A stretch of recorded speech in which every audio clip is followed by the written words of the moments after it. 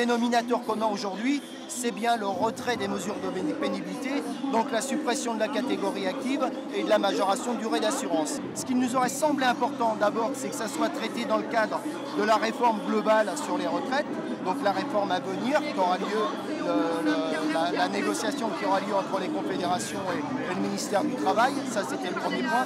Et le deuxième point, éventuellement avant tout ça, plutôt que de supprimer ces mesures, c'était de les conserver et d'ouvrir un chantier sur la pénibilité qui nous aurait permis peut-être de retravailler sur d'autres aspects que la catégorie active telle qu'elle existe aujourd'hui. Demain, il faut travailler 41 ans. Une infirmière débute sa carrière à 22-23 ans, c'est-à-dire que la catégorie active, c'est les droits à la retraite qui s'ouvrent à 55 ans. Quand elle arrivera à 55 ans, elle n'aura pas une carrière complète, donc elle aura une pension de retraite fortement diminuée, parce que d'abord elle n'aura pas le nombre d'années requises pour avoir une retraite à taux plein, mais en plus du fait qu'il lui manque des années, on lui appliquera une décote. C'est-à-dire qu'elle partira avec une toute petite pension de retraite, elle n'aura pas d'autre choix que de retravailler.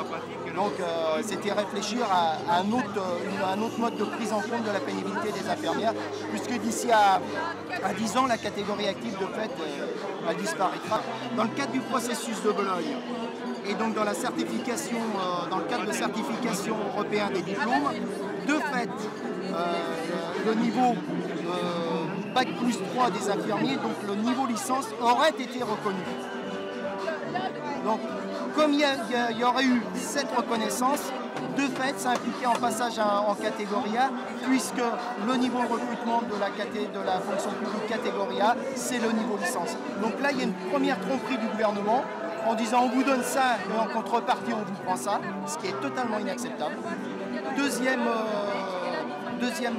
aspect, c'est la provocation. Provocation d'intégrer un article 30 qui supprime donc des mesures de pénibilité dans la loi concernant la rénovation du dialogue social dans la fonction publique, loi négociée et signée par 6 organisations majoritaires, alors que le volet du protocole qu'on vient d'intégrer dans cette loi a été signé par une organisation plus que minoritaire, puisque c'est le SNCH, qui représente 0,92% dans la fonction publique hospitalière.